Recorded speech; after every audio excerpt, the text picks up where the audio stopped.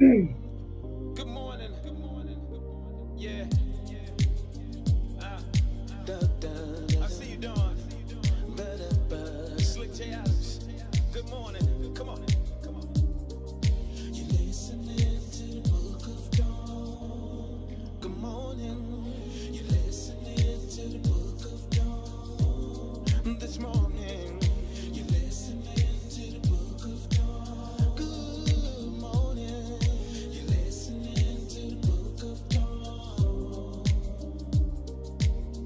Are you ready for the truth? And nothing but the truth, so help you, Dawn. She's bringing it to you every weekday at 9 in the morning. So if you wanna hear the real, this is what you gotta do. Just log on and listen to Dawn speak her mind. You're listening to the book of Dawn in the morning. You're listening to the book of Dawn this morning. You're listening to the book of Dawn this morning. You're listening to the book of Dawn. You're now tuned in to Dawn. Oh, sexy Dawn. What's standing for the black people?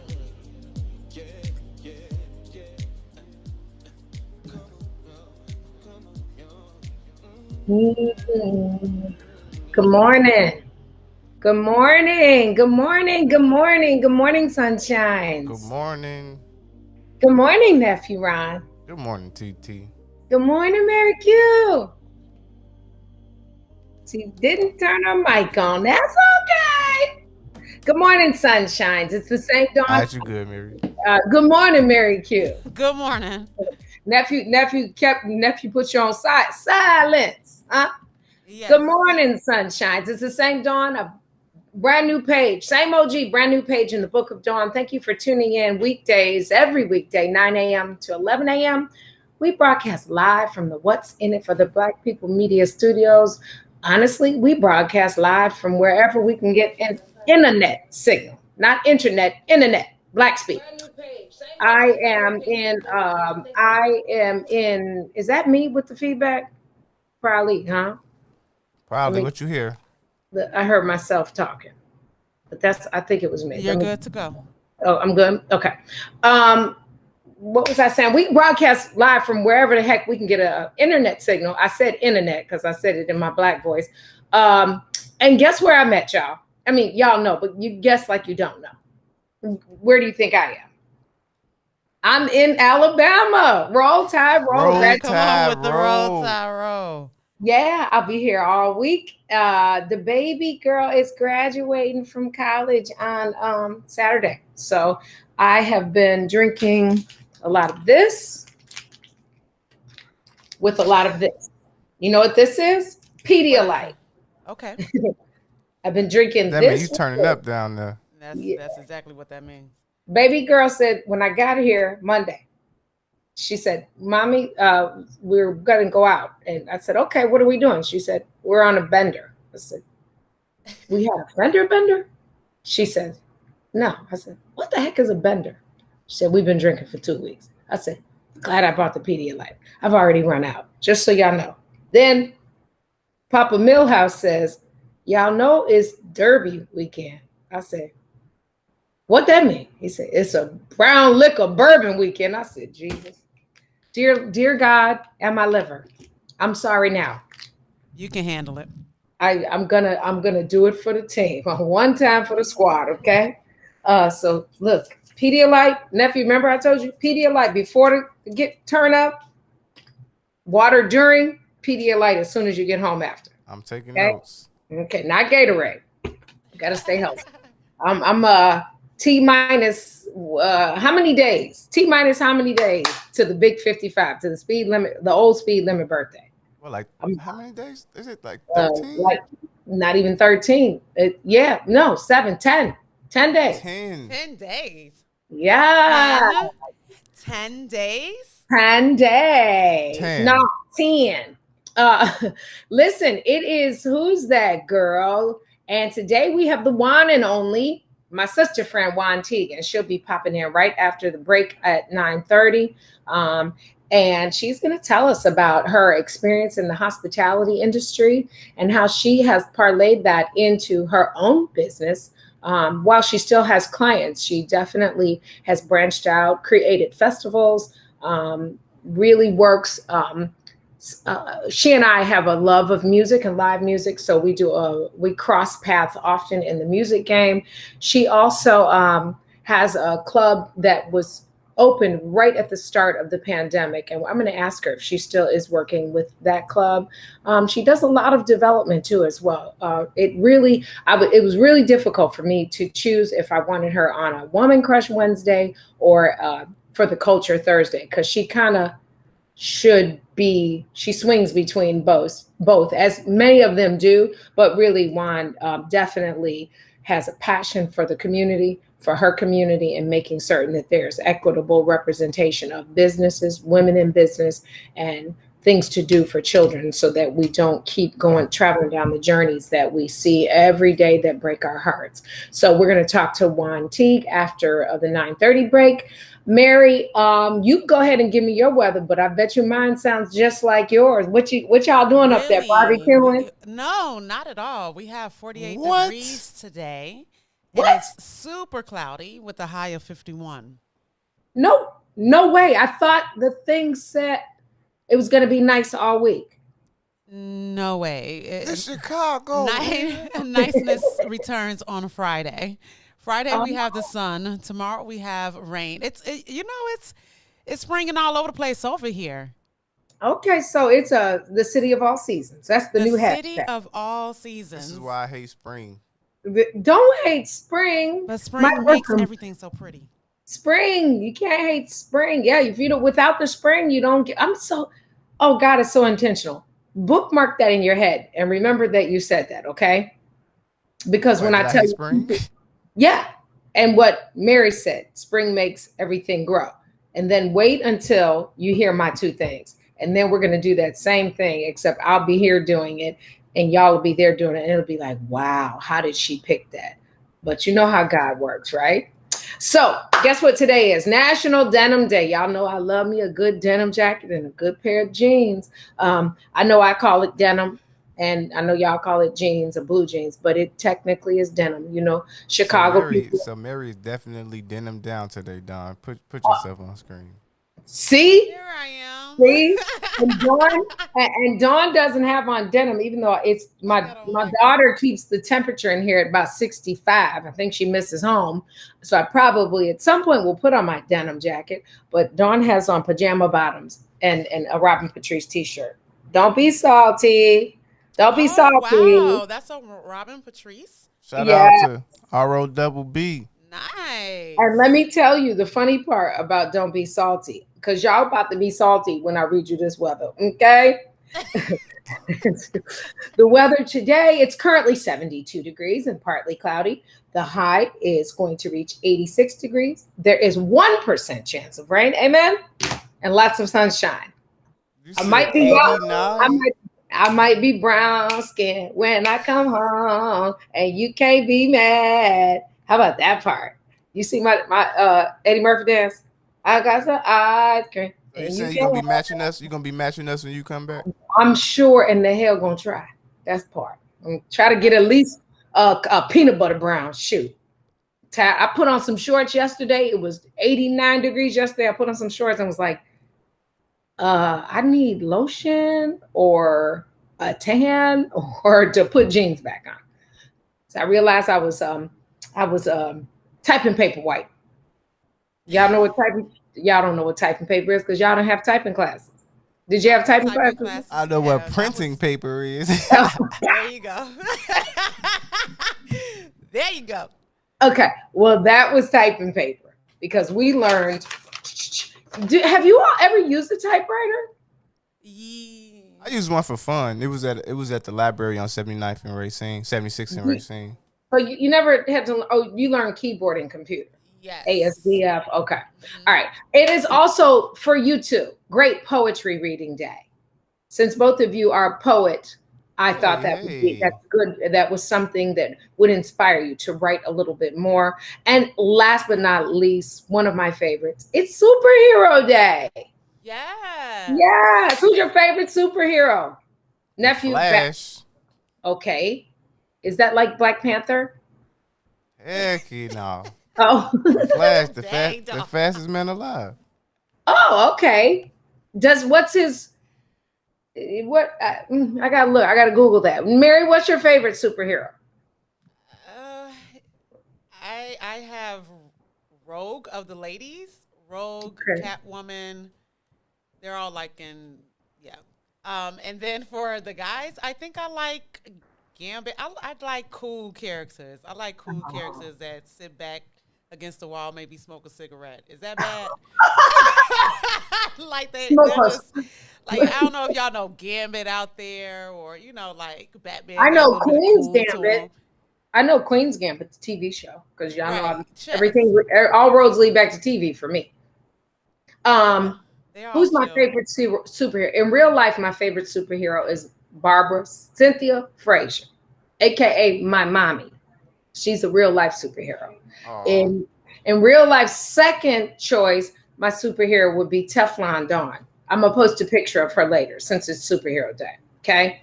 Okay. Yeah. So that's one of my alters, right? And then I think in TV land, movie land, who's my favorite superhero? Oh, the Bionic Woman. Is she a superhero? No, she's like Yeah, you can throw her in there. Okay. Who is the Bionic Woman? Google her. She was the I'll Google her superhero. while you Google the Flash, because you not knowing who the Flash is, TT, is wild. Okay, so let me come up with another one. Is Wonder Woman too? No, you can. Wonder Woman is okay. Okay, because I can be Wonder Woman then. I also like Harley Quinn. I've heard that name. I've heard that name. Yeah. So that's in Batman, right? Which is actually a villain. She's not a superhero. I think all of them are like, they tread the line. All of my superheroes tread the line.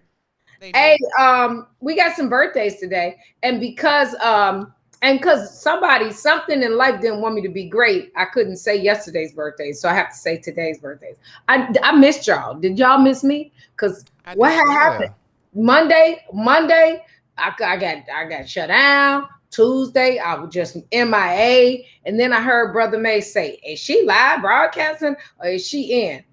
Can I tell y'all, my lips was like this. I literally wanted to log into his show and say, and if you don't like it, that's what I wanted to do. Oh, dear. But I'm gonna do the birthdays. Can we play the birthday song so I can say happy birthday yesterday to my brother Stephen Hendricks, aka Browns? Oh wait, y'all, that's the train. Hold on, this the train. Hold on, my baby lives by a train track. Y'all hear the train? Yes. Here it comes. Here it comes. Choo choo. 25 more seconds. The 5 o'clock in the morning train will shake your entire being, okay? And so for the next train, I think it come on the halves of the 20s. I'll make sure I find the mute button. Anyway, happy birthday, Brownskin. My brother, Stephen Hendricks. We call him Brownskin Steve because, Mr. Hendricks had a lot of kids. Had 2 kids named Stephen, 2 kids named Craig, 2 kids named Raymond. One of them light, one of them dark. Is Brown. Why would you do that? But he know what it is. He don't want to go on Maury Povich. Happy birthday, Robert Johnson. Happy birthday, Tanya Bennett. My Torian sister, LD Ellis, Lee Wag Jr., R.T. Pittman, Naja Shuckard, and today's birthday is Nosa. Happy birthday, Nosa. Happy birthday, Yorlin Salas, Savara Cruzat, Alan King. Y'all know DJ Alan King from The Chosen Few, and Larry Cross, the homie Cross. That's what we call him. You know you're so cool when people just call you by your last name. Happy birthday, Cross from the Book of Dawn. I love y'all. It's Taurus season in real life. Word of the day. Word of the day is a verb from the 17th century Latin origin. It is crepitate. Sounds creepy, right? Crepitate. Spelled Crepitate. Crepitate. It's a verb. It's a verb. It means to make a crackling sound. In a sentence, I would say I don't know if I was more afraid of the dark streets in Tuscaloosa at night or the noise that the branches made as they crepitated underneath my feet. Spooky. Yeah, like, you step on something and that noise. And you get scared of your own shadow at that point. That's crepitate. Use that in a sentence, Mary, nephew. The crepitate from the spinal cord Oh, when you crack your back. was Jeez. was an eerie noise to hear. When you crack your back, that's a crepitate, ain't it? Mary. Yeah, right.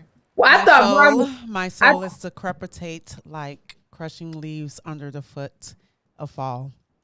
Think of the oh, poet. It is did the, poetry did day. the poet on Poetry Day. Okay. But speaking of your brothers, I don't want to lose this. When you was Okay. talking about the guy who had two of each like name Yeah. for his children, Yeah. my little brother was in school with two kids who had the same father, right? Oh, From geez. two different women, Oh, but they sure. both had the same name. He named them both the same thing, but Disrespectful. they went to the same school, like they were in the same grade. That's kind of bogey. Don't you He was think that's a little bogey That was schmo? the wildest thing I had ever heard. And did they know it? They knew it. They knew they were brothers. Like they talked about they were cool with each other. Was it any They were like baby real mama brothers. drama? I guess if they're going to the same school, it can't be that much drama. I feel like I heard the story. Did they make the news some kind of a way? I'm not sure. But Was it all in private school on the east side, like by Stony Island? Nah, it was at my school. It was on in Stagg, Amos Alonzo Stagg. Oh, you went to Stag? Yes. You talking about Stag in the hundreds? No, I'm talking about Stagg on 74th and Morgan. Oh, The hood. I'm like, okay, because that was not in your area, but yes, okay. Amos Alonzo, did you give us his whole freaking name? You gonna have to do the You gotta be bell. proud. You gotta be proud of that. Okay. That's not your superhero, though. Heck How about that? no. It's so much news and so many stories that I would like to get into. I just want to ask anybody that went to college or high school, what's your favorite memory of high school or college? Mary, nephew, what's your favorite memory of college? Favorite memory of college. Yeah, what's your favorite college memory? We're talking about graduation. So what is your favorite collegiate memory? And we Let can't me include graduating. Well, that's the culmination of it. What happened in the process? Like, what moment is just forever etched in your brain as, oh, I remember that type thing? I think just my whole living on college campus experience. I think that is so important. Because I only did it for one semester. I think it's whether it's in your city, in a suburb near your city, or out of state. I think it's one of the most valuable things that you can do. Not that you can't be successful without it, but I believe it adds such a great value to the growing into yourself. Yeah, because even though I went to Chicago State and I was still in the city, it was really like a whole different world living on campus.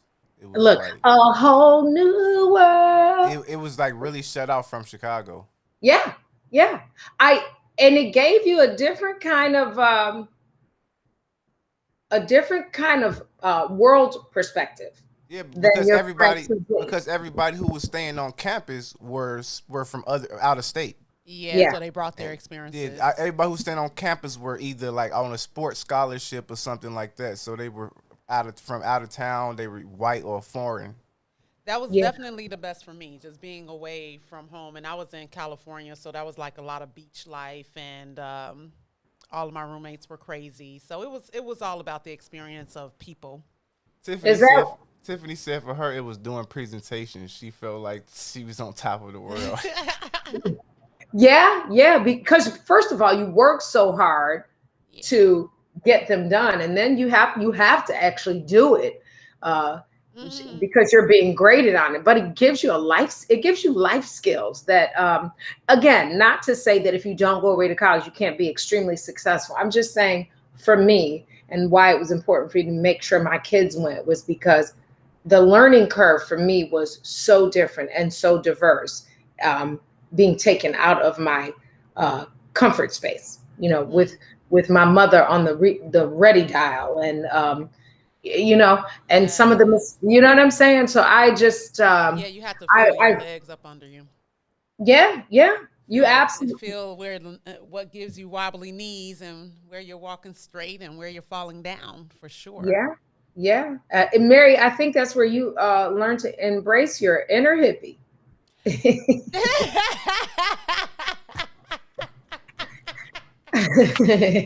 In real life. Because when I came back home, they were like, "What's wrong with you? Like, you soft. Right. You are so soft. Like, and stop talking like that." And I was talking way different then, but they were like, "You were such a valley girl. Oh my God. Who are you? Like, bring our Mary back. Bring our Mary back." And then when I got into trouble out there, they were like, "Oh, okay, Mary's back." Oops. Nephew. Mary came home like, whatever or whatever. Whatever. That's my like. I say like a lot. Look at your shirt. I need that shirt. Ain't it though? Thank you, Robin Patrice. Don't be salty, cause they be salty, baby. Look, New Orleans voice, baby. They be salty. Hey, before I take a break, I want to remind everybody that tomorrow I'll be popping in for a minute, but y'all gonna have the Frazier gang get fresh crew mashup with Nephew Ron and Mary Q, and one of the funniest comedians that we all just became aware of when did we go? Friday? Was that last Friday? That was Friday. Riddles Friday. Yo, I don't know if it's factual, but is he Dick Gregory's nephew for real? Y'all, did we ever verify that? No, we didn't verify it.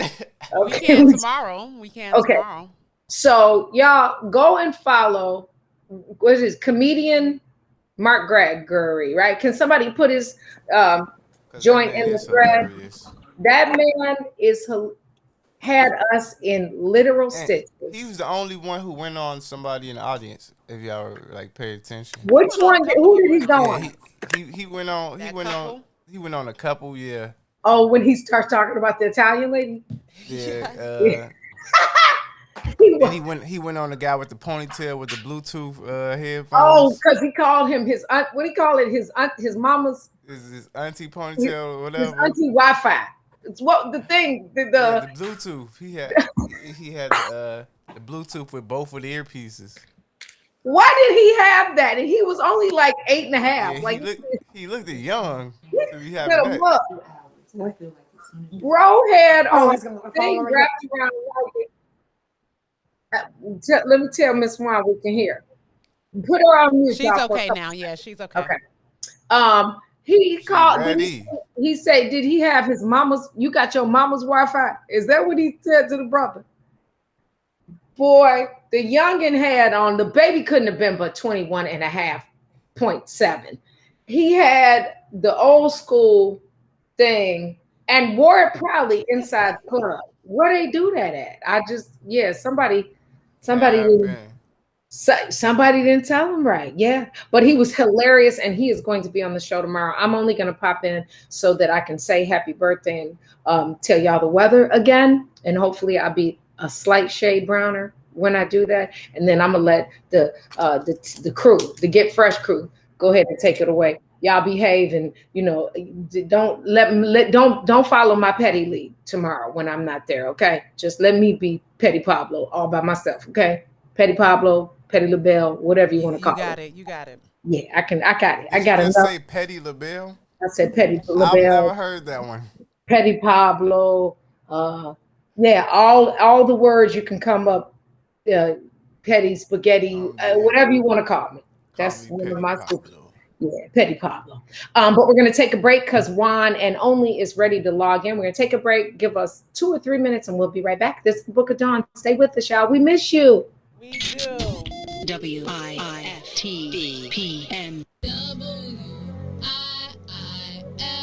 WIIFTBP. Media you and me. WIIFTBP. Media's just for you and me.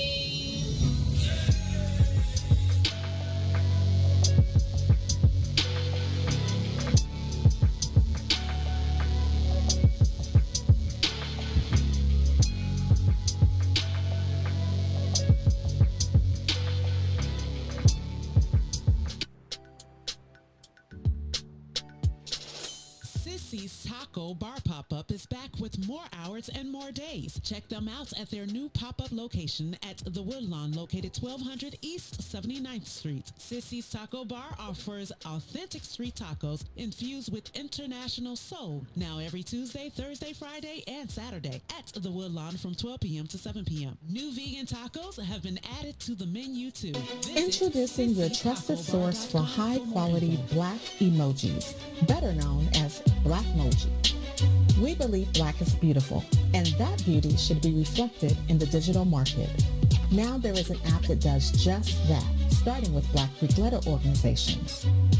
Blackmoji D9 offers more than an emoji app. It is a cultural experience of Black excellence. Download the app in the Apple or Google Play Store to access a specially curated catalog of emojis representing the Divine Nine. Use the emojis to celebrate Black Greek events, acknowledge current events, support social causes, and learn about esteemed Black Greek members who blaze the trail of Black history. A portion of every subscription goes toward a scholarship fund specifically for members of Black Greek letter organizations to help keep the legacy alive. Download the Blackmoji app today.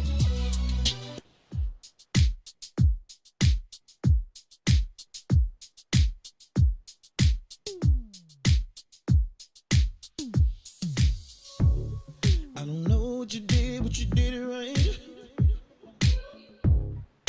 Girl, you make it look so easy. Everywhere you go, heads turning left and right. Can't say you a dime, you're a 20-piece. 'Cause girl, you're the reason I be acting funny. Everything in me telling me don't let you get away. And all the guys looking like they wanna love you. Every day I'm your body, got not over my dead body. Why you gotta look so good? Why you gotta look so good? Why you gotta look so good? With your hair done, nails done, when you put that grown on. Why you gotta look so good, good, good, good? With your hair done, nails done, when you put that grown on. Why you gotta look so good? I can look into you, not an average chick.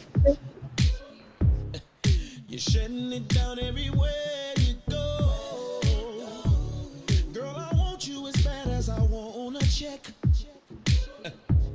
'Cause you're so Girl, you're the reason I be acting funny. Everything you need to tell me don't let you get away. And all the guys looking like they wanna love you. Damn, your body got not over my dead body. Why you gotta look so good? Why you gotta look so good? Why you gotta look so good? With your hair done, nails done, when you put your grown on.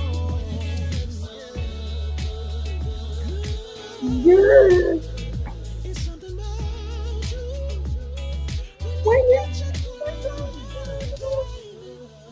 When you wake it up straight out of bed, why you gotta look so good?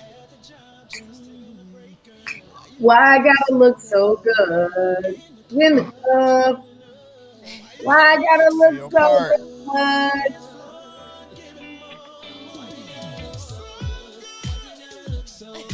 She is jamming. You know Must you be that weather. Your grown woman on. Woo! Lord have mercy. I'm That's that sweating. weather, Ron. That's That's that that weather. weather. You feeling it? That's that pretty face, man. Somebody take a picture of that pretty face girl. Send it to me, please. Welcome back. You're tuned into the book of Dawn, broadcasting really from Alabama, but technically from the What's in It for the Black People Media Studios. I am excited to finally have the one and only. Y'all get it? One and only, the one and only on the Book of Dawn. I had to wait for so long. Every time I was gonna ask, Mr. Milhouse and Juan was working on a project, and then she was on May's show, and then I had to wait, and we had to cycle 30 days. I said, I'm gonna just be still, Lord. I'm just gonna be quiet, Lord. And then one day I'm gonna just jump. All you need is a corner. And then Sunday, I said, Wednesday. She said, Wednesday. I said, well, then you know what? Let's just jump in the deep end with reckless abandon. Welcome to the Book of Dawn. Finally, Juan, how are you? Finally, I'm good. How are you?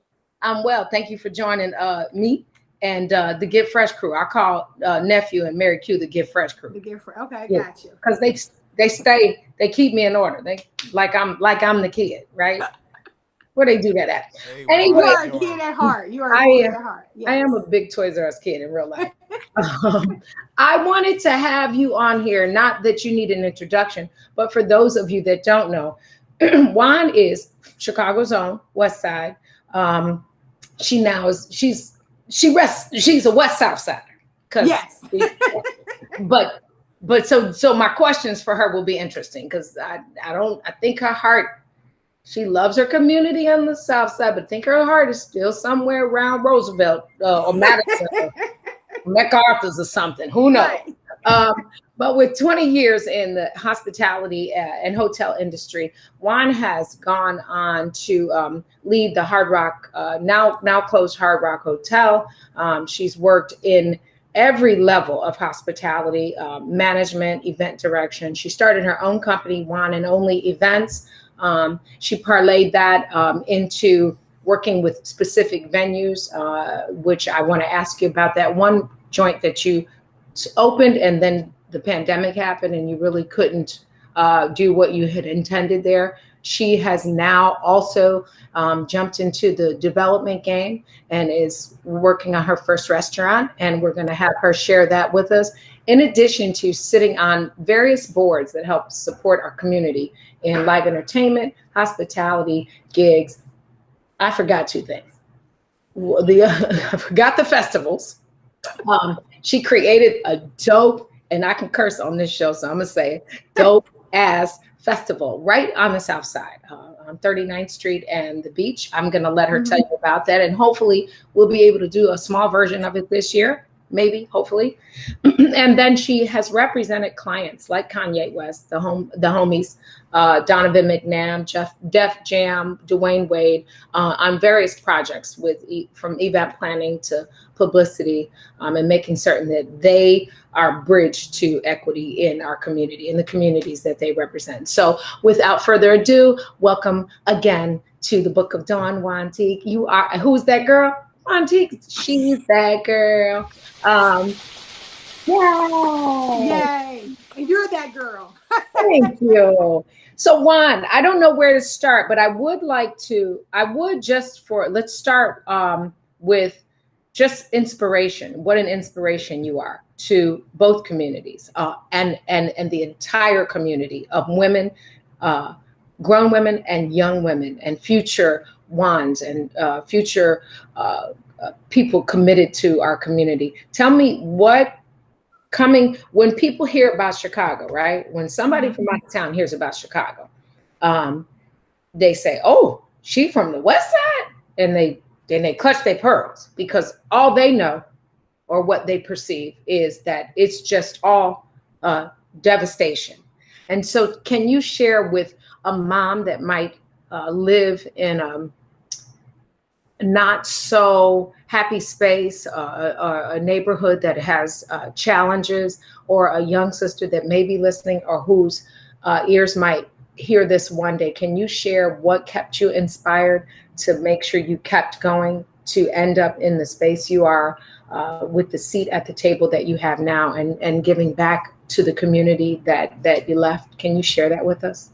Yeah, I think the key thing is, I'm talking to a parent, is the parenting and building that foundation for your child. The crazy thing is that I just thought my family was rich, like super rich, right? Because of the richness that my parents provided me, right?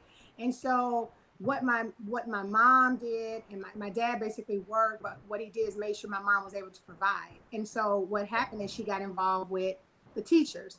Like the teachers, we couldn't play with the teachers because my mother didn't stand for it. And she stood behind the teachers, made sure we were doing our work. She also made sure that we were involved in things outside of the city. So she had us going to after school programs. During Christmas, we had to go and do caroling at senior citizen homes. So, pretty much and then we were heavily involved in church. I think the church community, we were more about getting a super transfer and going church hopping versus going to, like, I didn't know anything about clubs until my college and high school. I mean, college and in my grown adult. And I think, you have the challenges in high school with peer pressure. And I think with my mom, they basically said, you are who you hang with. And so pretty much when I saw, I kind of like stayed away from people who had the name brand stuff on, because those are things that you kind of side with, like, oh, it's more about name brand. But I end up clinging to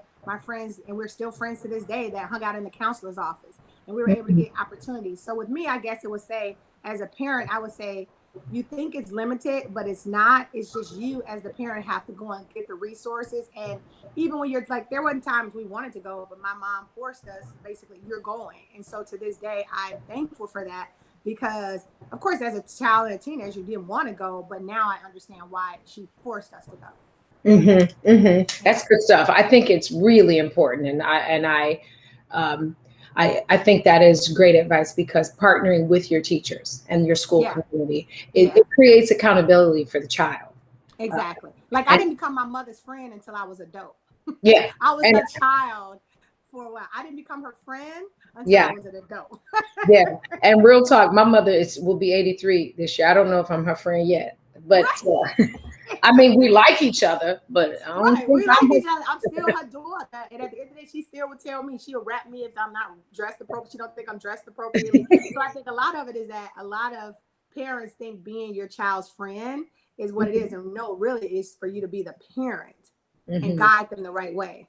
Yeah. That was the gift and the charge that God gave you when he authored that life. Absolutely. Exactly. What interested you most? Were you always interested in hospitality, or did you go to college like many of us for something else and then hospitality happened on you? Hospitality just happened on me. Like, I was going to the University of Iowa and literally did 3 years. My grandmother passed, and I say that I came back because something in me, my mother, she took that very hard because my grandmother stayed with us. And so the funny thing is that, you come home and you're like, I'm gonna go back to school. I'm gonna go back to school. You always have this desire to go back to school. And the only thing I knew from college was a hotel gig. So I started at the front desk, and then all of a sudden I started looking into the departments that I can have structured hours, which was the sales department. And I end up liking it. And so literally from 1996 until 2019, I was in hotels. Okay. I remember doing first, well, let me ask you this. Right before you came on, we talked about the valuable life experience that you have when you actually go away from your neighborhood and go to college. What's your perspective on that? You know what? This is the challenge that I had. So I'm really close to my cousin Terry, and she went to Stillman College. And so I've always followed her. I followed her to Collins High School. And so the one thing that, the decision that I made, because I was working, by being in the counselor's office, I was working for Quaker Oats. What I learned is I was very uncomfortable talking to white people and people outside of my color. And so what I decided to do was, okay, let me go to a school that's not like me so I can understand how to write. So basically, when I went to University of Iowa, it was not only that they gave me all the money to go, but it was also I put myself into an uncomfortable situation so that I can become comfortable. And so I think me leaving my neighborhood, going into a predominantly white college had a lot to do with the confidence that I have now, because I didn't have it back then. Well, that takes courage. Courage because most people gravitate to comfort, right? Yeah. For you to make a conscious decision listen, I have to grow me, only speaks great credit to your family, to your mother, giving you that understanding. I don't know that many 17, 18-year-olds say, hey, I want to go and make myself really uncomfortable. Yeah.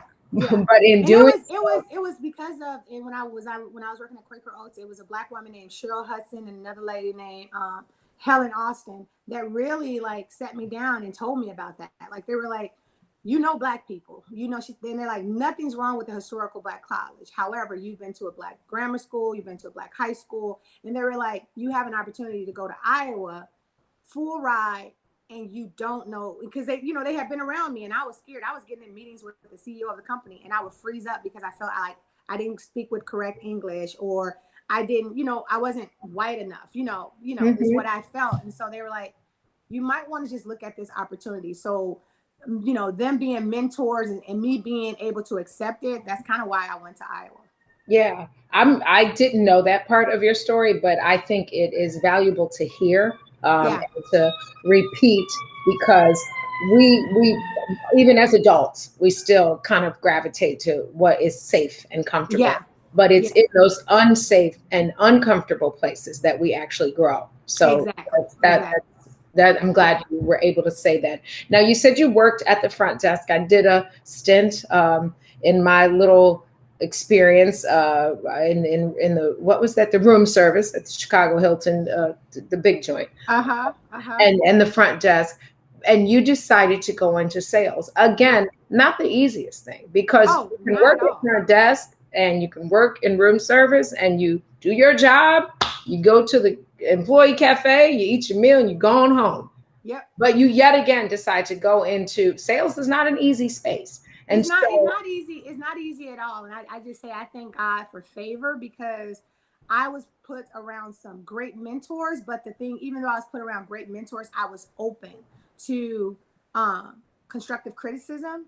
And it was hard criticism. I mean, they taught me how to drink at events. They taught me how to my demeanor, my dress at certain things. So, and it was hard critique, but it made me stronger. But it also showed me also a lot of systemic racism that was there, that I decided to change that narrative. So like with me, I still don't know how to pronounce all the words, and I'm Juan, people, they start saying that's a Juan word, right? And because what I started doing was when I say stuff incorrectly, because sometimes people just want to embarrass you, like they would try to embarrass you, and I'd be like, but you knew what I said, you knew what I meant, right? And I'm like, yeah. I'm like, so why do you have to correct me? Back in then, early on, I wouldn't do that. But what I started to see is that people would do stuff just based off my color, just to kind of call me out, and I would just shoot it back to them. And so when I got that confidence and got confidence in myself, I just started doing my own thing. And that's what made me successful. Like everybody else did things by the book, and I did them outside of the book. And I think that's what helped me, and I think with me, I was open to just speaking to everyone. How some people just think, oh, this is Dawn Milhouse, I'm gonna go speak to her. Like, I met you, didn't know who you were. Like, I just meet people. And I think because of that's the spirit that I have, most of the people that are my clients are people I never even knew had the potential to be my clients. You get what I'm saying? So I think the biggest thing I learned is that I speak to everyone. And even now people think that I'm intimidating. I watch my conversation and who I speak to, but I'm very approachable if you're legit, very approachable. Yeah. And you know what that speaks to? We often off air talk about spirit energy, right? Because I do remember meeting you. But I know, and I say this often, God is very intentional, right? It's methodical. If you're walking in the purpose that he wants you to walk, and he will put you in the place and align you with the people that have the same spirit energy and going in the same direction for the greater good, not for self. And so I think when we met, I had a kindredness with you, and the way you moved the room and the way you were unashamedly you, Like Yes. I And you're am unashamedly you. without I'm about to say a cuss word, but I don't know if your colleagues are listening. Okay, I want them to say, "Why were you on the show with the cussing saint?" But yeah, I give Yeah. 0 of them. Okay, like 0.00 of the other words I give Right. all of those. Right. And I just told you God is intentional, right? Mm-hmm. The first part of the show, when we did the intro, Nephew Ron and Mary Q said something, and I said, wait until you hear my here's 2 things at the end. And I want to tell you that although you'll be off the interview by then, I want you to listen to here's 2 things, because the things I chose to say will blow your mind based on that answer you just gave. Yeah. He's so intentional. He is. He's so intentional. So intentional. Okay, so tell me then, you go from sales, you go from Iowa, from Collins High School on the west side to Iowa, to without your cousin. You find your direction, you get on that path, you start at a hotel, you leave the comfort of the everyday, I'm gonna stay here, I got me a good job, and put yourself in yet another uncomfortable space. It seems like that you do a series of that as I go through your career and the growth and evolution of your career, because in a lot of these spaces, you're the first, or for the lack of a better word, less than 5% of the women of color in those spaces. Tell me how you matriculated through your career and how you made those strategic decisions to leave Hard Rock, to go to the one where we had the foolery with the stories I can't tell. What was right? Yeah. The free hand. Yeah. We apologize if you ever find out. Yeah, I got a few pictures that I can publish. That's all I'm going to say about that. But you leave Hard Rock, you go to Freehand, then you decide, you know what, let me do this myself. I'm comfortable enough, but yet still uncomfortable enough to figure this out. Tell me how that journey happened. Faith, like literally faith. Okay. And I say that because, working in the hotel, I saw that I was able to turn a hotel from 1.3 million to 20 million by developing my team, by having a great, one of the great people that I work with Pete Zudak. He was a huge mentor in teaching me sales and marketing.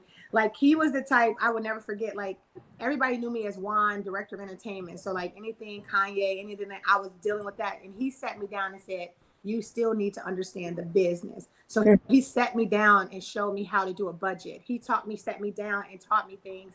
Instead of being the face, learn the business, because nobody can take that away from you. And that's actually how I end up going to the Freehand and really overseeing that entire hotel and turning that hotel around. And so when I decided the funny thing is, when I decided to go into real estate, it really was just me saying, you know what, I've been making all these people this money. Let me try to do my own event space. And so, my cousin Terry, me and her, basically, she's my ride or die. Like, that's really like when you see Juan and she's the and, right? Right. And so when we looked and saw everything with this event space, we were like, you know what? There's a food desert here on the west side. Yeah. And so, pretty much we decided I don't cook. Terry doesn't cook like that. So instead of, the one thing what I thought of is that a lot of Black people try to do things that they don't know how to do. And I'm saying Black people because that's why a lot of them fail. Yeah. Instead of doing something on your own, look to see who you can actually collaborate in a partnership, and just make sure the business part of it, the paperwork, and you have real lawyers involved to make sure that partnership happens. And so literally our event space went from, okay, we're going to do this event space, to say, okay, what would be a smart move to get an anchor business here to start to make the West Side more attractive, to change that narrative of that is, ghetto, unsafe. And what better way to do that than partner with the restaurant Batter and Berries? Yeah. So now so when Batter and Berries, they want the restaurant, I'm like, wait, what time do you guys close? They're like 4:00. I'm like, well, can we take over the space? Because we saw another deficit there, that there was no full service catering space that did food and beverage on the west side. They had to go to Oak Park. So we basically will be the first establishment that will have full service event with food, and you can also we'll have a liquor license as well. So basically from 7 a.m. to the morning to 2 a.m. in the morning, we can be able to do anything in that space for that And we're not just doing events, we're being intentional and doing programmings by giving a platform to people in music and arts. We're working with hopefully the Frank Lloyd Wright, doing some stuff from the Oak Park people. Since we've been giving money to Oak Park people, we want them to start giving money to Chicago. So we're working with Oak Park Chamber of Commerce to start figuring out how we can bring some stuff over to the West Side. Yeah. You know what? One thing you said that everything you said, I resonate with, but one thing specifically that you just said is a lot of Black people try to do something that they don't know anything about because it seems glamorous sometimes. It seems like there's money in there. But what we have to remember, in addition to what you said, is that everything ain't for everybody.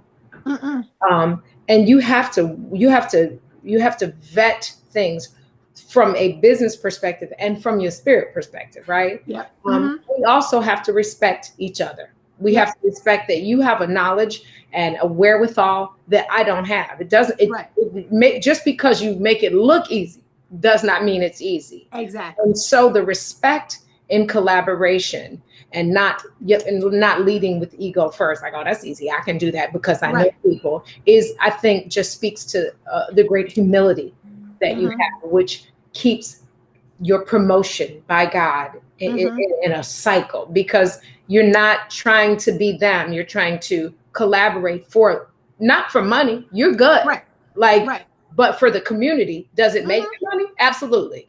Right. But your goal ain't, let me get as much money as I can. It's let me do something I love with something for my community. And if I make some money, then that's just, that's just a blessing on top of it. And I think one of the things that I've learned, like, and I'll be coming out with it, Terry, and I said we're gonna do some kind of live or something, is that I think I learned a lot of expensive lessons, but I think the lessons that I learned are ones that, because of my platform, I can speak out, because there's been people in the community that say they're for Black people, but in actuality, they basically was trying to get their hand laced or trying to do things that prevented Black people from getting in their own neighborhood. So it's not just because people just didn't, it looks the way it looks because nobody was interested. It's a lot. It's people that have actually taken advantage of Black people. And I was taken advantage of, and I'm going to speak about it because I think one of the things with us was we prideful. We don't tell the backstory, but with me, I'm not telling to expose people, but I'm letting people know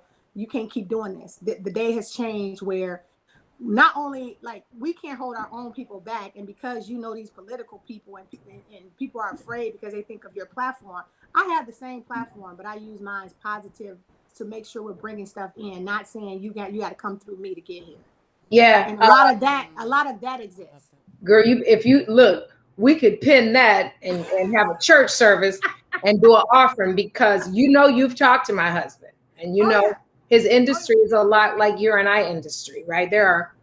It's enough for everybody. It's enough, and then being respectful. Like, even when people were telling me about your husband and kept telling me, I was like, well, we're gonna connect you with your husband. We're gonna connect you with Will, but I'm like, hold on, let me call Dawn first. Boy, before we go to break, let me say this, and I'm gonna not cry. That I knew you was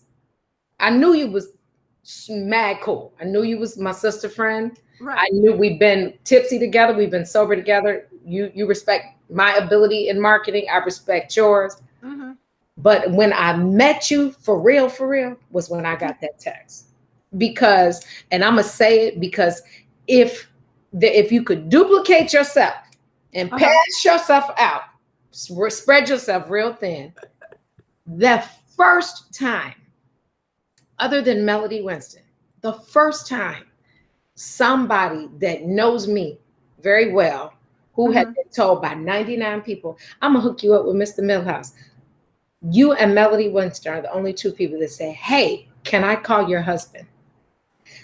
Girl, I got to go to break, because I'm about to go a different direction, because Black women, please, Black women, please, understand the process.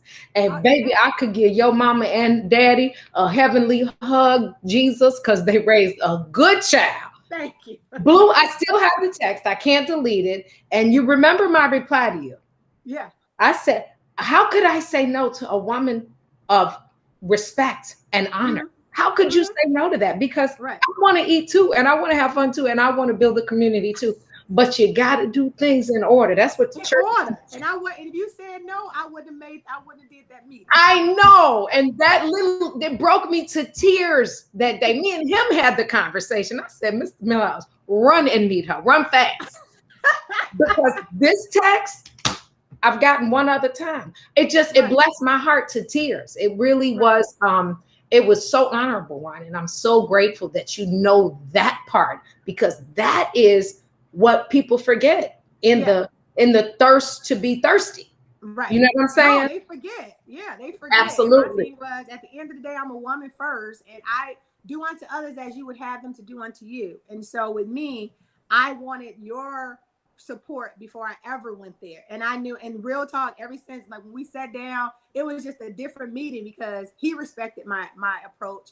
And we literally, like, now we're, working on some stuff together, and it's just like, and I feel good because I'm like, okay, Dawn supported, and I got absolutely. It's like gonna be great. And I think that's a lot of things that people have to know. Like you said, protocol. Yeah. Yeah. If you know the wife, you better come through her first. That's all I'm saying. Girl, we're gonna take a break, and y'all can make a promo out of that. We can make a commercial out of that. We're gonna take a break and come back. I'm gonna give one of my best jokes and see if she understands my funny. And then we're gonna talk about the event, the festival that you do. Yep. That I'm hoping you'll be able to do again, and then elaborate a little bit more about Batters and Berries. I was telling the Get Fresh crew about Batters and Berries. I don't know if they've been there. I said, here's the thing with Batters and Berries, though. If you eat there, you can only eat one meal a day. Right. It's like 99 billion calories in one meal. It is. We're going to take a break. This is the Book of Dawn with the one and only. Right. We'll be right back. WIIFTBP. The Chicago Legal Network is the collaboration of attorneys that concentrate in many areas of the law most needed in Chicago neighborhoods. The CLN lawyers focus on personal injury, criminal defense, and other issues. The CLN lawyers all average over 20 years of legal experience and are dedicated to helping the Chicago community. The Chicago Legal Network is committed to developing black lawyers through mentorship and co-representation. So if you were injured in a car accident, slip and fall, or injured on the job, or you need assistance with criminal defense, including driving violations and DUI, check out ChicagoLegalNetwork.com for more information, or call 773-912-3545. 773-912-3545. You're listening to I Said What I Said with Toussaint Warner and Herb Howard. What are y'all takes on blended families? Meaning white people? Or what? No, she mean like you got kids, this person got kids, y'all get together and bring the whole family together. I don't know. I have zero experience with it. I imagine it could be challenging, especially. I think the older the children are, I think the more challenging it could be. I think if it's little children or something, you can kind of explain it to them, and they may like grow up together and kind of in that same space where this is mom, this is dad type thing. But if you talk about older kids where they literally have a mom or dad, another person like that has been in their lives, or they're older, and you're like, oh, now this is your step brother, step sister. Like, nah, we like 17. Like, I'll bone her. And if this family don't work, you can just give me to the game anyway. Ain't no other, it ain't gonna matter. No woman will ever be important. I'm not being an ass. I'm serious. In my mind, the value of that kind of a commitment is family. I got that already. So now we just chilling. So you ain't gonna really know my children. What's up, good people? You're listening to I Said What I Said with Toussaint Warner and Herb Howard live on What's In It for the Black People Media, Monday, Wednesday, Friday, 1 p.m. to 3 p.m.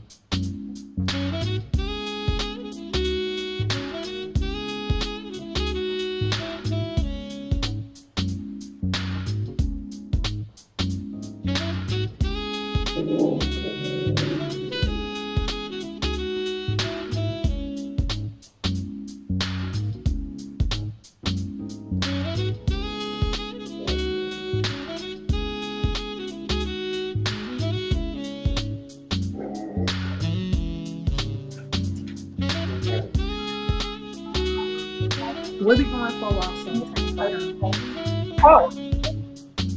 I should have put a bonus. Took that test already? Oh, I don't know.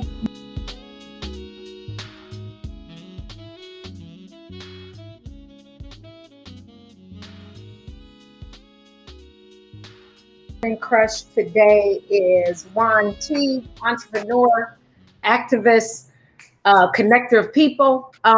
Before the break, we talked about a lot. I'm gonna actually, I always take notes because if there's this message in it every day for something that applies to today. But you saw I text you on the break because I literally, Teflon doesn't cry, and so I'm gonna put it on the hot weather down here, my allergies in case, because I see they didn't take me off camera. I was like, it's dusty up in here. So I got a joke for you, nephew, Mary. You ready? Y'all ready for this? Yes, let's go. Juan, what is the difference between a well-dressed man on a unicycle and a poorly dressed man on a bike? I don't know. Y'all hear my joke? What's the difference between a well-dressed man on a unicycle, and a poorly dressed man on a bike? No, what? Nephew, you got a guess? This is a hard one. Mary? Something with tucks. Patricia? I feel like bike rides, it's just not comfortable. So something with tuck what? and tucks. No, the difference between a well-dressed man on a unicycle and a poorly dressed man on a bike is a tire. Close. You gotta give us another one. Do you have another one? Okay. Well, just before I give you another one, what's the score? Say the score. Say my name. Say my name. What's the score? It's like Ron 14.5, Mary 3, and Dawn TT 44,500. 552.9. So I do have another. At least I mentioned something about the clothing on that one. I have another one for you. What do you get when you cross a snowman with a vampire? Since y'all in Chicago and it might snow.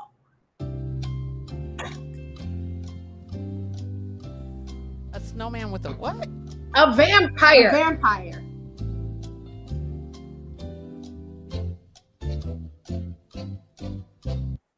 All right. What do you get when you cross a snowman with a vampire?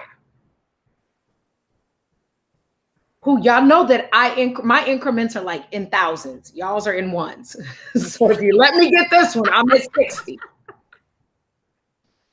It gotta be something with Frosty the Snowman or something. You know the game when you say you're warm, you're warm, you're warm. You're hot. You're hot. Mary? I can't picture this one. I'm thinking about like a steak and ice and a steak. Like how are you kill hungry? A vampire? No. Are you hungry? Oh, it's, driving a steak, but that has nothing to do with snow. So I was thinking about an icicle. Y'all leave me alone, okay? I'm like, Mary, are you hungry? Are we talking about batters and berries and you want a steak? Juan, any guesses? I have no clue. No clue. Okay, the difference. What happens when you cross a snowman with a vampire? You get frostbite. Frostbite. Ah ha ha. Okay. Victory lap. Okay. Oh, did I get the want? Really? I think we get that this time. No. Score now officially is Auntie Dawn, 55,452 points. Alvin got it. Alvin got it. Nice. Okay, I'll go back to 51,000. I'm not losing all my points. Okay. Juan, you brought up an interesting point. I want to touch back on it because me and my husband have this conversation often. I don't think I've ever heard a woman quite say it. We talked about the Black people that don't want the other Black people to get a piece of the pie. Mm-hmm. And so there's this unspoken, I'll give them this much and they can do this, but I'm gonna put my homie or whoever I feel in this. And technically I'm only sharing my 8% with, I'm not, if somebody calls me and says, Dawn, can you do a festival? Of course I know how, because we had a festival company. Right. But because I'm not currently doing it, nor do I want to, not that I wouldn't want to be a part, I would never not say, okay, let me hook you up with the girl that I know can execute it. Right. That's the prime, or the main part of that puzzle. Something is wrong with the people in our community that want to we can't do it all. Something is wrong with the ones that only want to call you when it's money to bring to the table, and not the whole gamut of it, of what your experience can bring. And I'm just want to tell you that I'm so proud that you said that out loud, because we rarely hear that from Black women. We hear it all the time from Black men. Right. Those of us, we got to do better. We got to do better. We got and call it out. Like, people, I was in one meeting and they kept saying, well, you know who, and I'm like, no, say his name. And they were recording. I said, if we keep not saying stuff out loud, then that we allow that person to still operate in that behavior. Yeah. I said, and not call it out. I said, that's not gossiping. That's just true facts. And as long as you are not making it personal and you give true facts behind it, then people will respect that. But when we still operate, because this is what I look at, a lot of white people have generational wealth that they're building and they're investing. We're taking our hard-earned life savings, taking money out of 401, like we're literally gambling with our lives, like our livelihoods, to invest in our neighborhoods and invest and do right things. And it's just sad that a person with self-gratification wants to take that away. Yeah. You know? Yeah. I just wanted to touch back on that, because I know Mr. Milhouse is somewhere screaming, go on. It is. It's a real thing. So tell me about the festival that you launched. What would it be, even if you counted the pandemic year? Would this be the 5th year? It would have been the 5th year. It would have been the 5th year if we would have did Man Be on the Beach. It would have been the 5th year. Like I said, even the festival life, we never did festivals, and literally Common wanted a festival. We produced iFest, and then the people that helped me with iFest was like, they love what we did, and like, hey, can we start to partner on some stuff? And then this is what I want people to know, is that I started to understand that my intellectual properties was just as valuable as money. So when you have that, when my partners wanted to move the festival on the north side, I was like, no, we need to bring stuff on the south side to change the narrative that people think the west and the south side is unsafe to do stuff. So literally, Man Be on the Beach was moved from the north side. Instead of being on the north side, we put it on the south side. And we did things like they wanted the police to be armed up, looking like it's unsafe. And I got with Pastor Chris Harris and hired the Safe Passage people, because what I learned is that if you have the community to police their own community, when Pookie trying to do something bad, he gonna see Auntie standing there and she gonna take your foot home. Exactly. So, you just change the narrative. And literally with the festival that we did with Man Be on the Beach, and then we took another festival called Spring Awakenings with 30,000 white people and put it by the ABLA CHA apartments. That was one of the, they were shooting every weekend. Yeah. And, my partners were scared about that. But now that weekend went to one of the lowest crime weekends. And what I allowed is that everybody can be out there selling they liquor snowballs, they loose squares, they bottled water. And then those people bought it. But then I also hired the people in the community to go clean it up. So I didn't bring an outside company to clean it up. I hired them and taught them how to clean up and stuff like that. So I think one of the things when you're doing these festivals, if you're moving into the neighborhoods, don't just give them tickets, give them opportunities, and not just jobs, but give them contracts. Yeah. What's the old saying? You can give a man a fish so he can eat, or you can teach him how to fish. Exactly. And it sounds like that's what your guiding principle is. Yeah. Teaching them how to fish, because we have to change the narrative, because we do have to change we are responsible for that. Exactly.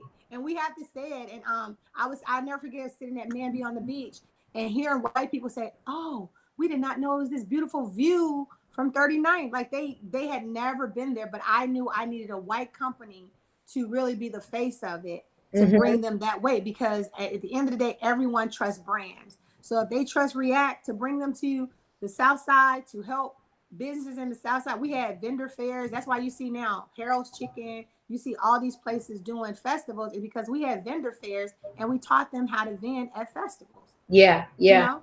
Which also was difficult being. I mean, well, the kids now won't really know the taste like we grew up. Right. Taste. Right. I hate it for them too because it was a good time. It was a good time. But I am glad that the non-traditional vendors like Harold's and all the small. I hate the word mom and pop, but I don't know a better word to use right now. The smaller Black businesses have an opportunity to showcase themselves at such an esteemed festival. Yeah, they can make, and we teach them to go in levels, like, and we will give them opportunity, and we discount the fees because if you're from that neighborhood, we're gonna so instead of charging you $3,000, we're gonna charge you $1,000, but you're gonna make an average of $30,000 to $50,000 in one weekend. Yeah, yeah. Those are ridiculous numbers with a reduced menu and a higher cost. Absolutely, and a knowledge base that definitely you make money in the festival, but the biggest lesson is how to take what you learned and that go apply that to your brick and mortar or your food truck, and then that's the long game, right? Because you're you're gonna catch this lottery lick for this week, right? But if you take those principles and learn how to then really do food costs, because in restaurants, there's a cost to every plate. There's a cost to every plate, and it doesn't all include food and cooks, right? So them getting that knowledge base and then taking that back and applying it to their actual business, then they can stand to the next festival and the next festival, and that's where the legacy begins, and that at the end will change the culture. Exactly. And it's crazy. Like even now, like I always say, like I tell people, COVID stopped my paycheck, but increased my passion. And, one of the things I do, I try to stay away from looking at too much news and too much like Facebook as it pertains to, especially with the Mayor Lori Lightfoot. I always tell people, look at what I've been around with daily. I've done stuff with Rom. I will say, as far as with Black people, Lori Lightfoot is doing some amazing things. Like even with the brick and mortar, like these $250,000 grants, there are real things. And like what people don't understand, when the $250,000 were coming out for Rom's time, you had to be a small business that had $250,000. So on TV, they'll be like, oh, it's 100 people that got the $250,000, but only 2 of the projects get done. Lori Lightfoot, she changed it where there's levels to it. She also put contractors to advise you. They also are helping with legitimate architects, because in my case, I had a bad architect and a bad GC going out because it was like I was throwing against the ball. And I'm like, people need to understand, like, stop saying, oh, she got to get out of office. Sometimes you got to look at, this is a mayor, and it's not a publicity thing for her, but what would you do if you, for the first time, you get your first year at a job, you get civil unrest, rioting, unemployment, and you're a rookie? I look at the good that she's doing, and I can tell anybody, you better go on BACP, which is for small businesses. You better go and see what she's doing with this Invest Southwest, because literally there has been no mayor that has set it up for us to invest in our own communities with money before other people come and take it over, like they've taken over the West Loop, like they've taken over the South Loop and things of that sort. So I say, with taking whatever brick and mortar you was trying to do, this administration, I don't know if it's going to last the next administration. So I'm like, take the opportunities, because right now there's a lot of good things that's going on for Black people. And let me just say this, because I had this conversation with the Get Fresh crew yesterday. First of all, I'm an advocate for truth, right? And so I don't care where that truth comes from. I think that you can't argue with facts, right? And so if the numbers substantiate a greater opportunity for growing, beginning, pre-existing Black businesses, particularly in the hospitality and food industry. I mean, numbers don't lie, people do. And so you don't have to like everything, because some people I like, some people I love. I honestly can't stand some of the shit they do. So so you have to understand that from both sides of the fence, right? Right. We talked yesterday though, so off subject. We gotta we gotta figure out how to take our frustration and apply it to the solution, because we can't waddle in that space of why. Somebody has the answer, and it's one of us. Right. But it goes back to your point earlier. If we have to stick together to get to the damn answer. We do. We have to stick together. We have to stick together and do a united front. And the thing is just help out people. Like and like, even for instance, that restaurant Soleil that's doing amazing. She was about to go to Wicker Park, and we had a conversation, and now she's moving to North Lawndale. I'm like, we need business like you to go into our neighborhoods. But what I didn't just say go over there. I was able to put her in the Northwestern program because she needed some more business knowledge. So I was able to put her in that. I was able to help her get the $250,000 grant to renovate it. Now she's getting another grant to most likely get it for her operations costs as far as her equipment. So I think with us, if we have the resources, be able to say, hey, look, you don't need to go over there. We need you over here. You know what I'm saying? And then not just say we need you over here, but help them get over there. And put them in the right people's hand, and not just saying throw them out there, you know, for whatever kickback you get in it, or what, you know. Exactly. We have. She was like, how much do I owe you? I said nothing. Just pay it forward to the next person. Absolutely. You're going to help change our neighborhood. Absolutely. You know? Absolutely.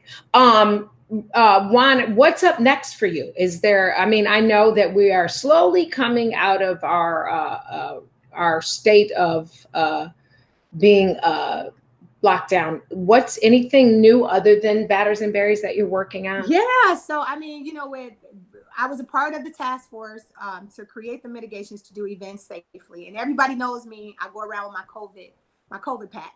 But, you know, as things come open, and everybody don't understand why the mayor is doing this slowly. She's doing this slowly because once you pop that open, we can't go back. Like nobody's going to go back. It's like losing your virginity and thinking you can start over. Exactly.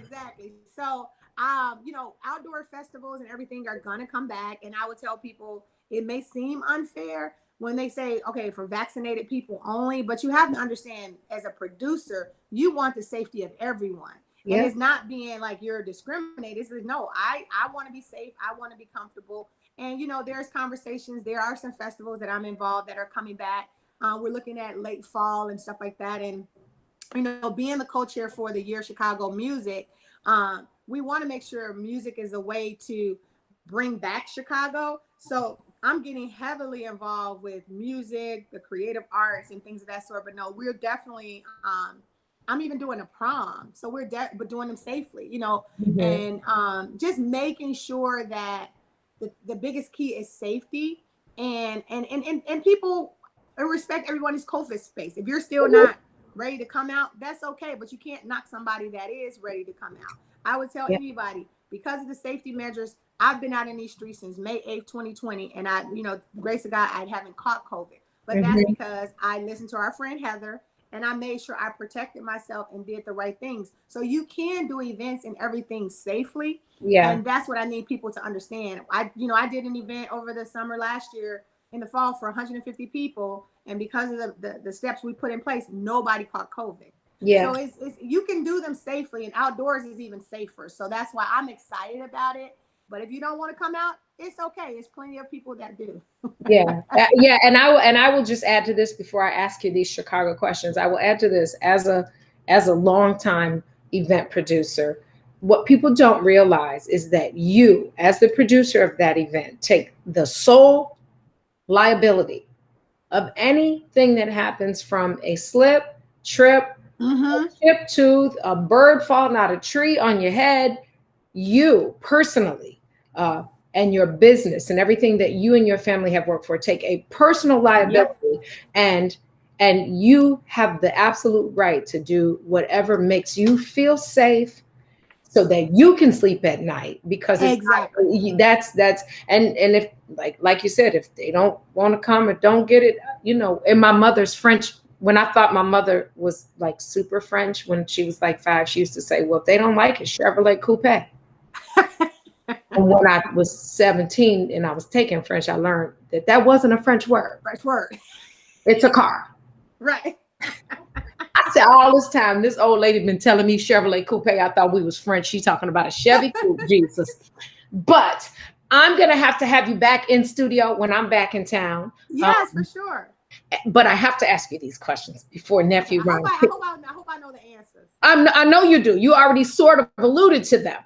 Do you put salt and pepper or sugar on your grits? Salt and pepper. Will you put salt and pepper and the grits at Batters and Berries, or just sugar and cheese? I won't put anything in there because Jesus touched them grits. Them grits. Them Jesus, ain't. You don't have to put nothing on them grits. Jesus Look, touched them. them ain't Kunta Kinte's grits. Okay, Right. the other grits. Okay. Right. So do you wear sneakers or gym shoes? Gym shoes. Ketchup or mustard on your hot dog? Mustard. Do you drink soda or pop? Pop. Harold's Chicken or Uncle Remus? Ooh, you know I'm a West Side, South Sider, so it just depends on the day. So you drinking Harold Remus? You eating Right. Harold Remus? And you know, And Charmaine is our girl. It's hard not literally to. some days from Grubhub and DoorDash, I will get the chicken from Harold's and get the fish from Uncle Remus delivered at the same time. real life. Right. Do you drive on the freeway or the expressway? Expressway. You go to Jewel's or Jewel? Jewel. Do you shop at Aldi's or Aldi? Aldi. Aldi's. With the S. Aldi's. You corrected yourself. Yeah, I had to correct myself. I'm like, Wait a minute. There's no such thing. You go to the movies or the show? Show.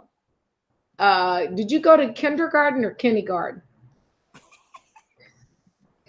That's a good one. Let me just act like I went to kindergarten. Kindergarten. I had to say it like I would normally say it. Kindergarten. Yeah, you say kindergarten. I know. Sorry, kindergarten. I know. Kindergarten. That's that West Side in you. Okay. Do you eat gyros or gyros? Gyros. Oh Lord. How many pennies make a dime? How many pennies make a dime? 10. Yeah. Right. You said how many? You so Chicago. This test is called So Shy. This determines if you so Chicago. You literally just added another level to the question. You said how many pennies make a dime? A dime 10. And the question was how many pennies make a dime, and it's 10.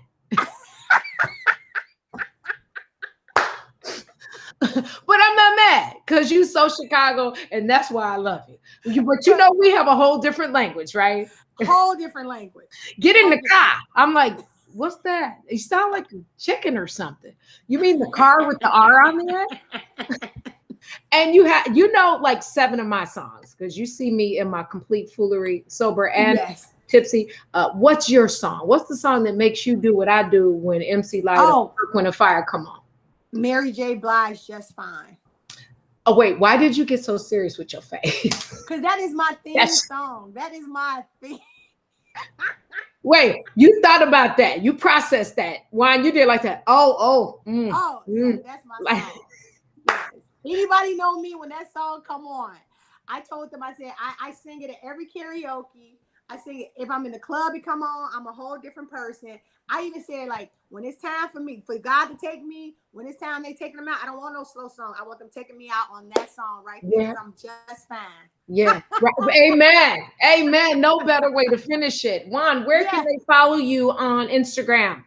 Juan B. Teague, my name, Juan B. Teague. On Instagram. Facebook, I don't have no room for no more friends, but Instagram for sure. True. Because we've eclipsed the friend thing. We should be like the public figure pages. Exactly. I'm sure I could have had a blue thing. I need a blue thing on mine, G. I'm 100% an OG. I take issue with who decides because there's some celebrities that's 11 years old that ain't earned nothing. If you don't we need to come up with a black thing. We need to create a black verified.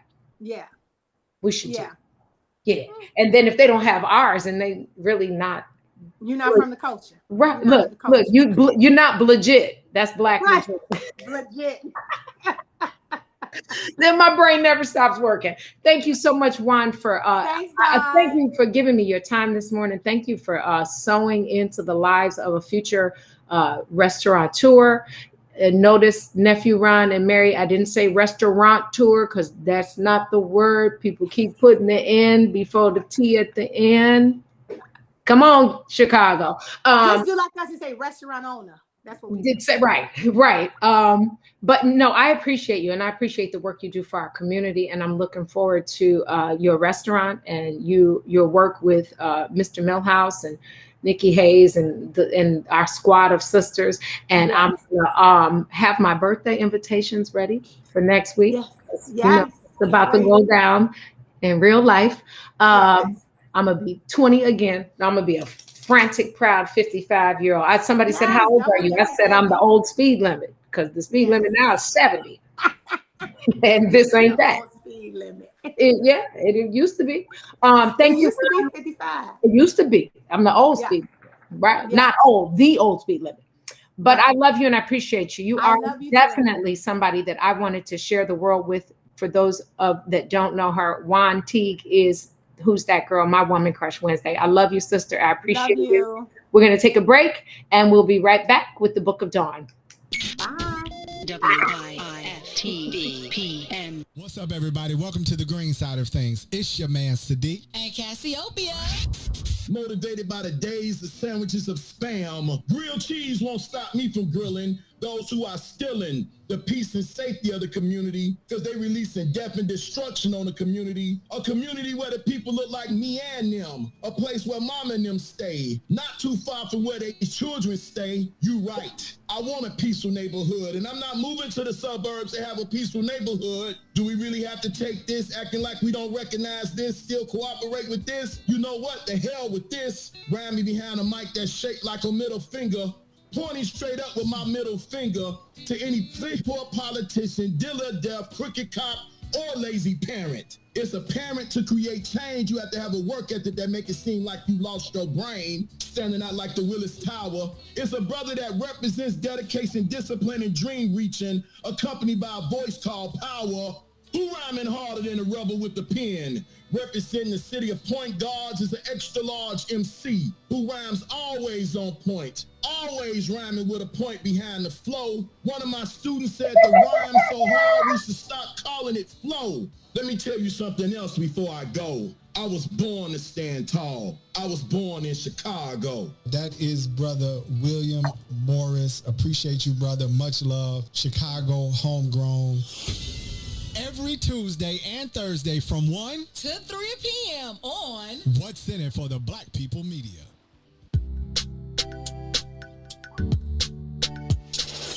Sissy's Taco Bar Pop-Up is back with more hours and more days. Check them out at their new pop-up location at the Woodlawn, located 1200 East 79th Street. Sissy's Taco Bar offers authentic street tacos infused with international soul. Now every Tuesday, Thursday, Friday, and Saturday at the Woodlawn from 12 p.m. to 7 p.m. New vegan tacos have been added to the menu too. Visit sissytacobar.com for more info.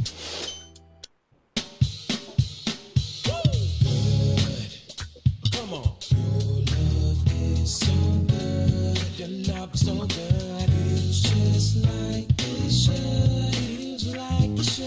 Your love is so good. Good. Good. Good. Good. Good. Good. Good. So good. Yeah, yeah, yeah. Your love is so good. So good. So good. Feels just like it should. Feels like it should. Your love is so good. Good. Good. Good. So good. Good. Good. Good. So good. Your love so good to me. Your love so good to me. Your love so good to me. Yeah, yeah, yeah, yeah. So good. Your love so good to me. Your love so good to me. Your love so good to me.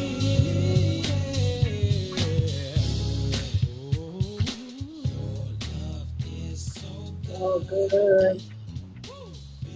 Welcome back. You are tuned in to the Book of Dawn, broadcasting live from Roll Tide, Alabama, and the What's in It for the Black People Media Studios. So I got in the break. I got a text from Robert Patrice. It reads, I have permission to look down, right? Yeah, okay, because I have to read it from my text, right, Mary? I can look down, right? Sure you can. Okay, I got a text. It says, "Good morning, Auntie Dawn.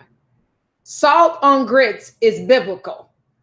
It says, this from Robin Patricia, okay? In Leviticus, it says, not the scripture. yeah, it's in Leviticus 2, verse 13. It says, "Season all your grain offerings with salt. Do not leave the salt of the covenant of your God out of your grain offerings. Add salt to all your offerings." So, you sugar on grit people. I ain't gonna say you going to hell. I'm just gonna say what the hell. Okay, that's all I got to say. Black History fact for today: Mariah Russell is a Ohio-born chef who literally became the first Black Black female chef to work at a Michelin-starred restaurant.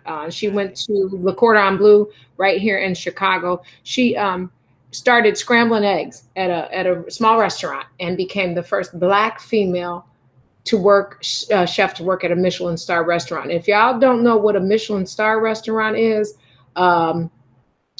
it's like the since I'm in Alabama, I'll say it's like the Roll Tide of restaurants. Does that make sense? Did I lose though? It makes perfect sense. It Come makes here, perfect y'all. sense. Come in and jump on this camera. Come on. Come on. Yeah, this is bonus, baby. I got Jay gave me like 40 bonus kids. This is Olivia. Say hi, Olivia. Hi. Y'all. Hi, Olivia. Come on, Hey, Pete. all right. Come on, Pete. You next. This is New York. It's Brooklyn in the house. What up, Brooklyn? Say hi, Pete. All graduates, okay? Go. Congratulations. Come on, Birdie. There's Jay, y'all. Hey, Jay. Jay, stay there. So y'all take a picture. I say, Hello, get in, hello. squeeze in tight, y'all. Come close to me. Y'all be close. They've been making me drink all week. Look, tomorrow we'll try to get some. I don't know if the football boys can fit in. It might not be enough space for them. Yeah. Yeah. Can you National champion? You see that? Oh, I got to show y'all the picture of my rings. I had on the rings yesterday, y'all. I had on the. Congratulations, ladies. Thank you. What else? Tomorrow. Did we put comedian Mark? Is it? Wait. What's his name? Hold on. Mark. What's the name of our guest tomorrow, y'all? I forgot. I drew a blank. The name of our guest. I'm gonna find it. He is comedian Mark Gregg. And he will. Is it Mark Gregg or Gregory? I thought it was Gregory. Maybe I have it printed wrong. But anyway, you guys want to tune in because between him and Frazier, I don't know what is going to happen for the culture. What I thought was really cool that we found out is that we listened to a comedy show that we were in tears, and he did not say one curse word. Maybe he could help me with my problems, right? Y'all think I'm redeemable with the curse words? Absolutely. Okay, amen. And it is going to be a wild show tomorrow because I don't even know if I was able, I thought I was going to pass out, seriously. Yeah, I'm sure you missed some stuff because I'm sure I did, because it was impossible to sit in that show without pee-pee dribbles. I guess you had to be there. But we all are going to be in the building tomorrow. We miss you guys. The Book of Dawn miss every last one of you. So be sure to hang out tomorrow. And tomorrow night, you guys will be going to see one of our own, Sandy Red, right? Y'all going to the video premiere? You can check out Sandy Red at, I want to say Sip and Savor because they're in partnership. With Yep, Red Star. There it Yep. is. Red Star. Red Star Sip and Savor. Trez, we had And Trez on Matson. the show. And Matson. Matson. Nephew, what you got for me? As far as what? Anything? I'm sorry, my head was down. Oh, Mary, does he get a traffic stop? Yep. yep. How come I can't see y'all's faces though? Here we go. Okay. Y'all like leaving me out here by myself. No, I'm I'm trying to find this. I'm trying to find this quote from the guest we just had from Wine, and I'm looking back through the.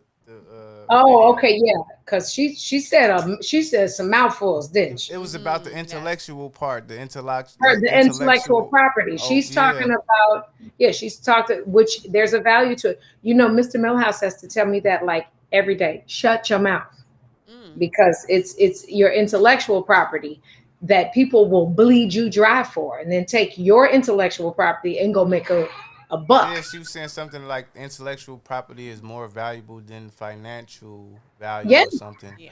It's the idea that manifests into something. But without the intellectual idea, then you can't tell everybody everything. Yeah, that's a word. But it's gonna bug me if I don't get the exact quote, so I'm going back to She said that right after after the joke. Was it? It was right before the joke or right after, literally within 5 minutes before the joke break or 5 minutes after. All right, I'm on it right now though. Yeah, good. And then send it to me when you get it so I can make a meme for her. You know, I like making memes for y'all. Memes that nobody can actually cut, copy, and paste and put out like they wrote them. You know? Yeah, they say there's something out there that talks about how people are thinking the same idea around the world at the same time in a matter of time. I don't know what it is specifically, but it's basically like there's nothing new on the sun. Thoughts come. Everybody has the same thought. It's about who's taking the action, really. Yeah, that's because there are similar thoughts. I guess my question would be: are there new ideas? To your point. Are there any new ideas? Always new ideas, I think. There are versions, there are newer versions, but one idea is always, it comes from another idea. So it's a fusion of everything. It's a fusion of everything. I know in marketing and public relations and event planning, there are a few new things. You can put your original spin on them for sure. But it's all been done before. We might not have it. In marketing, the goal is to try to find an untapped market.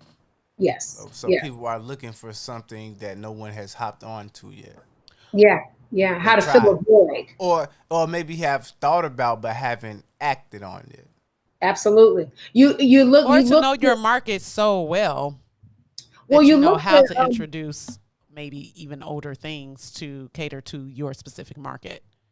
Your market might like pink as opposed to blue. At the heart of marketing is filling human voids, right? So you find the void in a space and you connect to the humanity of that person. You know, the light, not the you have to speak to their lifestyle, to their upbringing, and you bring something that is similar and a little bit familiar to them, and you introduce them to a new level of it. That would be my take. I love it. You find it. Are y'all going to 47th Street in the basement and get you some Get Fresh Crew t-shirts for next week? For next week? What's next week? Oh, okay. Yeah. I almost Should I? The hardest. Yeah. It's 10 days, so it's not next week. It's the week after next. No, it's a week from Saturday, yo. My birthday's a week from Friday. 2 weeks. That is not 2 weeks. It was 2 weeks last Saturday. That is not 2 weeks. Look at your calendar, bro. I know my birthday. My birth, BIRF day. Okay, 1.5. You just can't be wrong. You just can't be wrong. It is not a weekend. It's 10 days, right? Is it 10 days? How long is 10 days? Everybody's I right. don't You know. guys. How Everybody's long is right. It's okay. It's no, Technically, okay. no, It's a week and a half. nephew. Mary Q, Auntie Candace gonna get you if you say everything's okay. She's gonna be like, choose a side, Mary. My goodness. It would be, look, nephew, is 10 and a half would be, I mean, it's 14 days, so 7. So that what that 7th day? So is it really a week and a half? Let's go one step further. I was born at 4:35 a.m. So you might be right. It might be right at the half mark. Because I was born at 4:35 a.m., which technically means at 4:35 today. I wonder if my pops knows my time. It's on your birth certificate, baby. You know it. Nah, I don't think it's on mine. It is. It's on Ryan's. Oh, I'm gonna have to go. Where was she born? It's on Jay's. What hospital was she born in? Oh, Jesus. She was born at Mercy Hospital. They probably do it over there. They don't do it. Jay was born at Northwestern. I was born at Cook County. It's on mine. Man, I was born in a ward. My mama didn't have a room. It was Ward 50 and 51, or 51 and 52. It was a whole lot of us in one space. What hospital were you born in? Not Holy Cross. St. Bernard. The county. Oh, I'm a county baby. You Gucci. I was born in the old building. Me and you think you was born in an old building and I wasn't? Of course you was. It was the older building, did. Ha ha. Oh, Todd Stroger, come get your nephew. It is Stroger now. Stroger Hospital. I was born in Cook County. And now, what is it now? What is they call it? It's still Stroger, right? Stroger. Yeah, you had to be born. It was probably already Stroger at the point. Nah, it was county when I was born. It was county. Mary, what hospital you were born in? Ingalls. Oh, in Markham. Harvey, I think. Harvey, yeah. Yeah. I get those confused. I used to go, my doctor used to be at that hospital. She's the dopest doctor in the whole world. Shouts out Barry Parks Ballard. I know she gets tired of me calling her in the middle of the night. Baby J told me to talk about, did you tell me to talk about the draft, or were we going to the draft? She told me today, tomorrow, and tomorrow, the next day, and the next day. That would be Thursday, Friday, Saturday. I would talk about the draft, because how many draft picks do we have? A lot. That was the Baby J's answer. How many in the first? Tomorrow's the first round. First 3 rounds. First. Okay. Tomorrow, Jay is gonna pop in, and Friday. Freestyle Friday. I'm gonna put Jay. She said, "No, you heard her in the background." Freestyle Friday. I'm gonna put Jay on the show. She's gonna have to talk about the draft. Okay.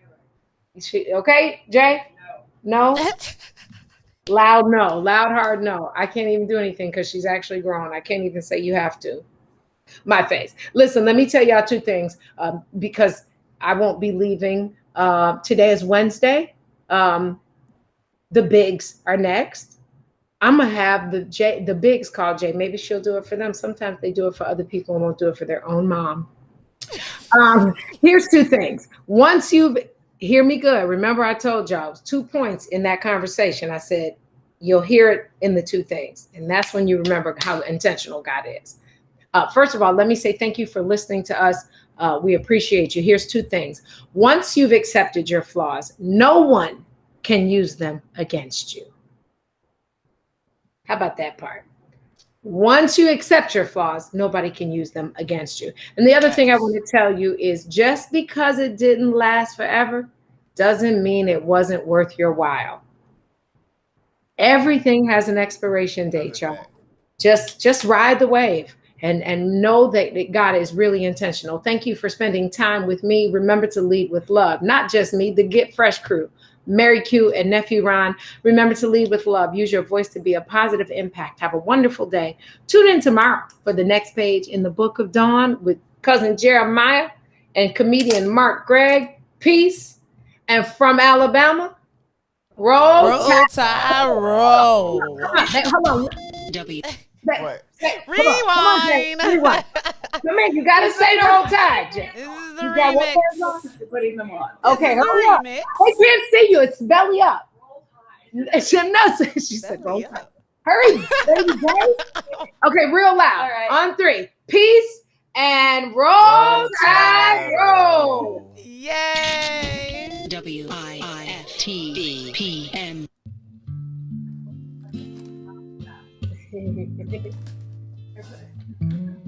Yeah.